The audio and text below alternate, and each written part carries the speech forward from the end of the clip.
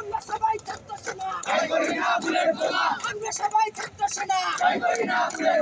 প্রতিষ্ঠান বন্ধ কেন? প্রতিষ্ঠান বন্ধ কেন? প্রতিষ্ঠান বন্ধ কেন?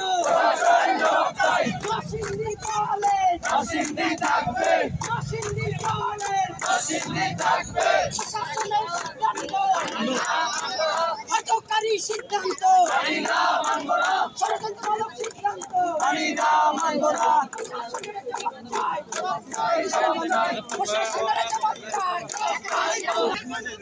বন্ধুরা, মূলত কর্মসূচিটা এখানেই। কর্মসূচিটা এখানকার কারণেই পুরো গাড়ি রাস্তা পুরো বন্ধ হয়ে আছে। আসলেই এই কাজগুলো তারা রাস্তা ছেড়ে করতে পারে, কিন্তু দেখা গেছে এই রাস্তা আটকিয়ে করা মানে মানুষের এত বড় একটা দুর্ভোগ সৃষ্টি করা যা বলার বাহিরে। সেনাবাহিনী আসছে, পুলিশও আসছে, কথা বলতেছে, একটা সমাধান হবে, অবশ্যই একটা সমাধান হবে। আর সমাধান না হলেও দেখা গেছে এটা একটা ভোগান্তি সৃষ্টি হবে।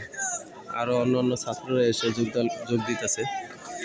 আর এটা তো সিলেট, নরসিংদী, সিলেট, ঢাকা সিলেট একটা হাইওয়ে রোড। এই যে দেখুন, তারা গাড়ি ছেড়ে এখন হেঁটে হেঁটে তারা যাচ্ছে। গাড়ি ছেড়ে তারা এখন হেঁটে হেঁটে যাচ্ছে।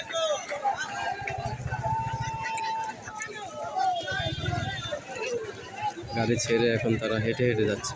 এই যে এখন দেখা গেছে নাই তাদের কি কষ্ট, তাদের যে অবস্থা। এই যে গাড়িগুলো ছেড়ে তারা যাচ্ছে। ওইদিক কিন্তু গাড়িও হবে না, ওদিক কিন্তু গাড়ি নাই, কারণ এরা তো হাঁটতে হবে, অনেক অনেক দূর যেতে হবে, তারপর তারা গাড়ি পাবে, তাছাড়া গাড়ি পাবে না।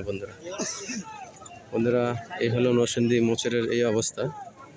আমি যদিও কাজে যাচ্ছিলাম, কাজে যাওয়ার পথে ওই মোটরসাইকেলে যাচ্ছি, কিন্তু তারপরে দেখে একটু ব্রেক করলাম, ব্রেক করে ছোট্ট একটা ভিডিও করলাম বন্ধুরা নরসিংদী থেকে।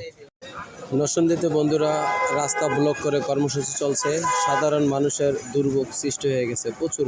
বন্ধুরা, এখানে বড় বড় ব্যাগ নিয়ে বাচ্চা কাচ্চা নিয়ে হেঁটে যাচ্ছে, কোনো গাড়ি পাচ্ছে না।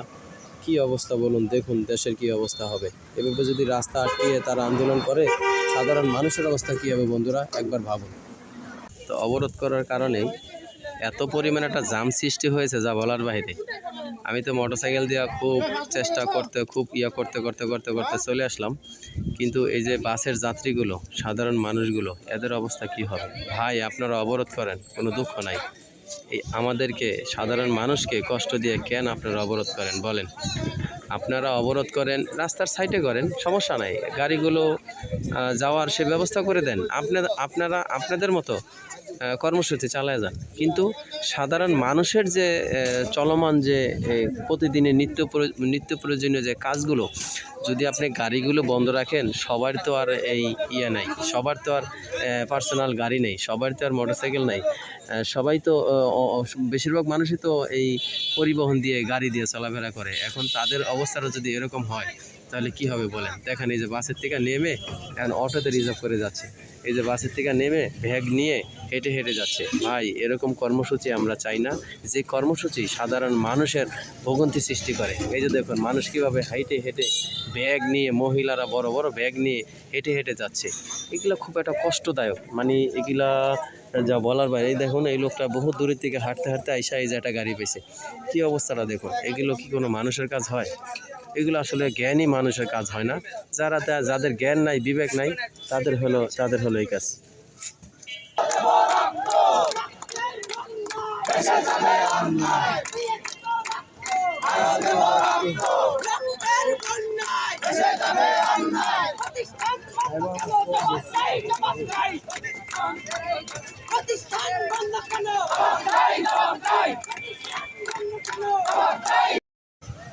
বন্ধুরা, এখানে সেনাবাহিনী আছে এবং কি পুলিশও আছে, তাদের সাথে দফায় দফায় মিটিং চলছে, আলোচনা চলছে।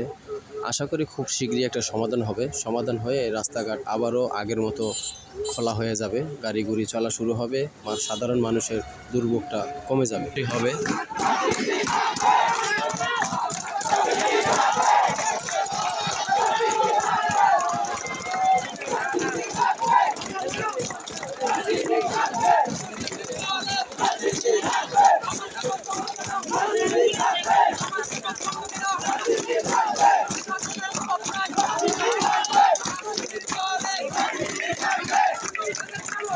এখানে তাদের অধিকার নিয়ে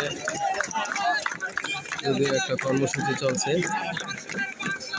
অবশ্যই তাদের অধিকার একটা বাস্তবায়ন হবে, কারণ দুই দিকে রাস্তা আটকানো, তো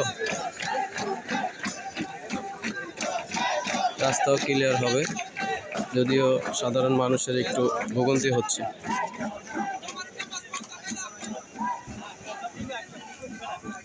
সাধারণ মানুষের প্রচুর ভোগান্তি হচ্ছে, গাড়ি প্রচুর জ্যাম, ওই পাশে এই পাশে প্রচুর জ্যাম বন্ধুরা।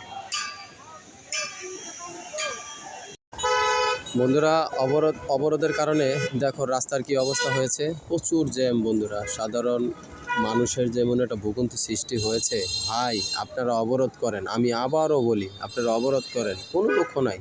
প্রতিটা মানুষেরই মৌলিক চাহিদা বা অধিকার আছে, কিন্তু ঘটনা যে আপনারা রাস্তা ব্লক করে হাজার মানুষকে এইভাবে ভোগান্তি করবেন, এটা ঠিক না। কত মানুষ ছোট বাচ্চা নিয়ে, বড় ব্যাগ নিয়ে হেঁটে যাচ্ছে, তার মানে কখন থেকে যে গাড়িতে বসে আছে উপরে আল্লাহ জানে।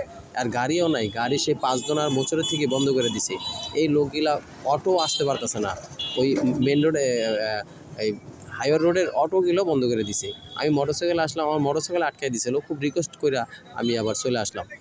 বন্ধুরা, এরকম কাজ রাস্তাঘাট বন্ধ করে যাতে কেউ এরকম অবরোধ না করে, আমরা তাদের জন্য দোয়া করি, তাদের সুস্থতা কামনা করি। এই বলে নরসিংদী অবরোধ কর্মসূচি থেকে আমার ছোট্ট একটা ভিডিও বন্ধুরা, আজকের মতো এখানেই। আল্লাহ হাফেজ। এমডি নুর ইসলাম মুন্সিগঞ্জ চ্যানেলটাকে তোমরা অবশ্যই সাবস্ক্রাইব করে রাখবে এরকম ভালো ভিডিও পেতে। আর আমি ঢাকা শহরের বিভিন্ন জায়গায় ঘুরে